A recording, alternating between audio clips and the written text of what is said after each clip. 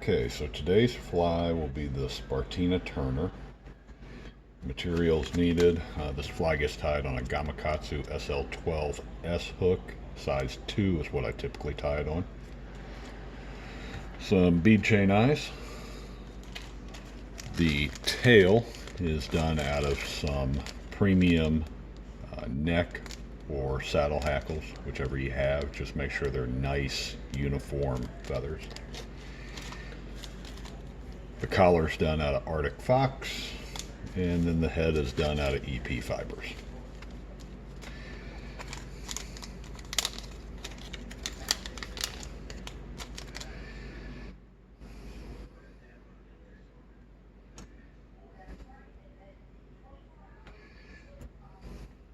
So we'll start, attach thread and walk it back to just before the bend in the hook.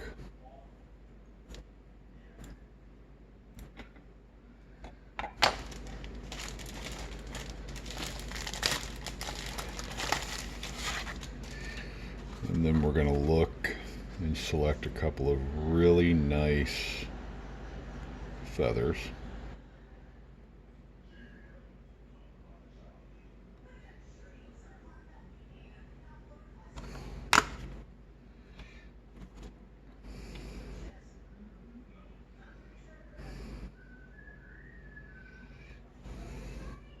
I'm going to measure them out about 2.5 times the length of the hook shank, just depending on the size of the fly you're tying.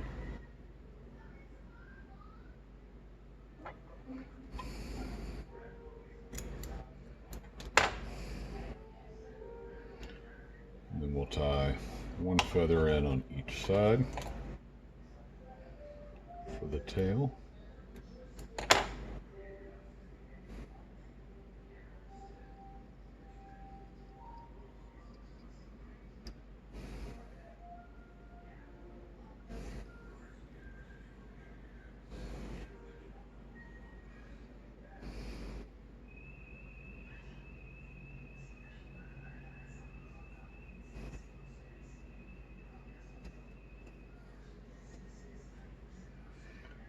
Like so. I always put a little drop of head cement in there, it just kind of secures those feathers a little bit.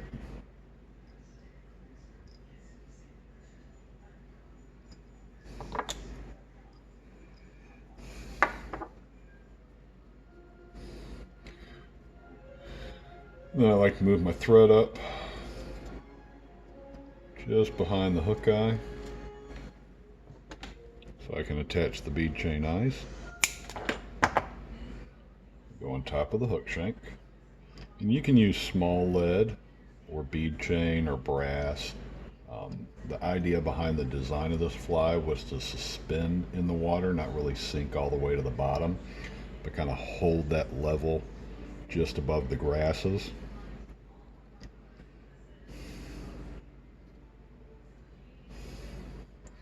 Then once I get my eyes on, I'm going to move my thread back to just about the tie-in point on those feathers. Doesn't have to be all the way back to the feathers, just right in front of them.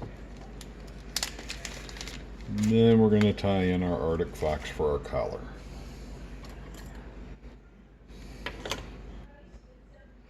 Do this in a few clumps because I want it to go all the way around the shank. So my first clump I'll put on top of the hook shank. The reason we used Arctic Fox for this was because it gives it that really nice pulsating movement in the water when the fly gets stripped. So get your clump, clean out the under fur, and you're just going to put it right on top. Tie the first clump in. And I'll rotate that.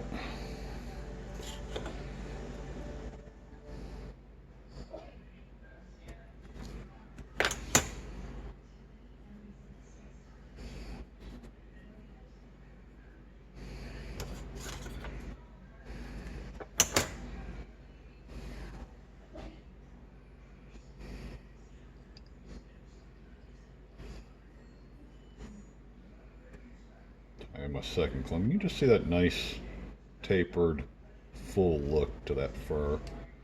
And then I'll have one more kind of on the other bottom corner here.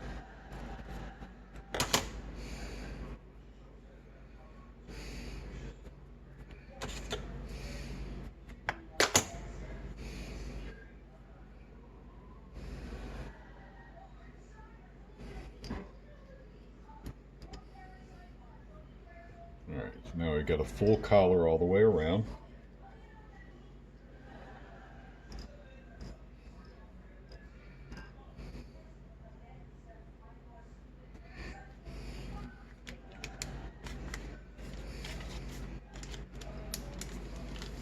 Now our final is going to be our EP fibers. I'm going to take my EP fibers. I'm going to take a clump, pull it out here. Just kind of pull it down together.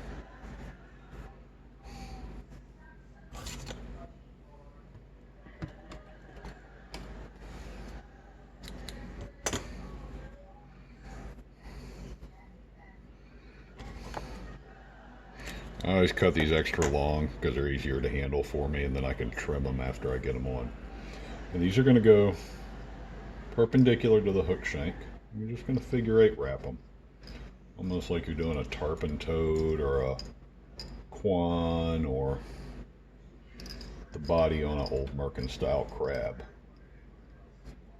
Don't over wrap them because we're going to secure it with some glue just to hold them good. Just a couple of wraps, one in front. We're going to do that all the way between the collar and the eyes to make the head. The thing I like about using synthetics for this head is they shed water, so you get that same sink rate on the fly every cast. They shed the water on the back cast and it gets that same sink rate. It should take you somewhere between 4 or 5 of these clumps to fill this in. If it's taking you less than that, your clumps are way too big and they get kind of hard to control. They'll spin. Sometimes if you use less than that, and it's taking 7 or 8, it just doesn't give you enough density in that head to help suspend that fly.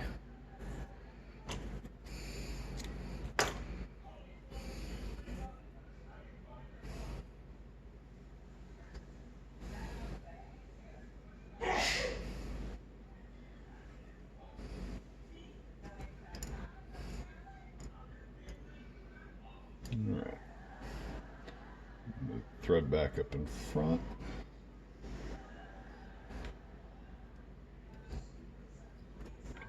Finish.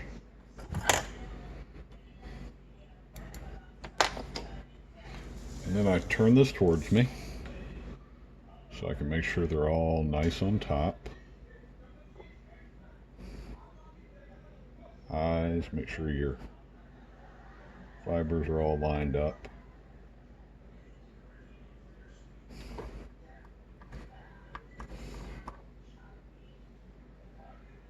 And then drop a little cement down the middle of them. I'll rotate it upside down. Do the same thing.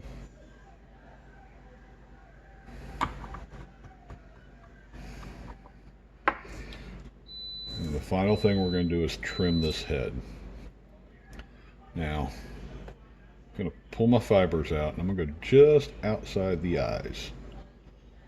And I'm going to trim at a nice angle out. Kind of a wedge shape on the head.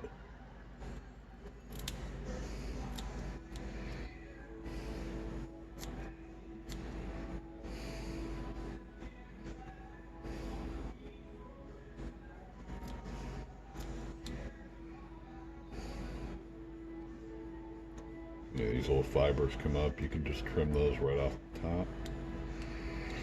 Do the same thing on the bottom. Sometimes these fibers will kick out a little bit and you just trim them up just a hair.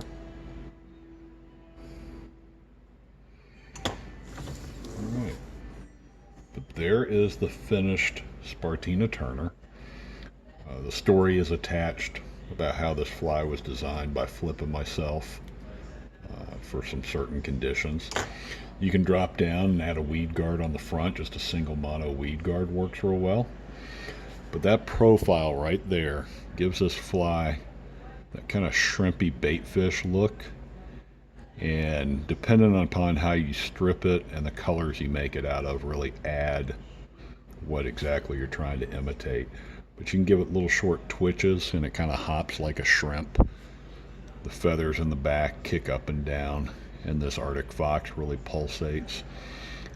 You can strip it a little faster and give it the baitfish look to it. And then you can actually kind of let it sink. If you put some small lead or even the bead chain will sink it, it'll sink down and it almost looks like a fleeing crab at that point, with a couple of claws kicked up and the body and everything wedged down. So it's a real versatile fly. It works on redfish, seatrout, snook, tarpon, largemouth bass for the freshwater people love this fly.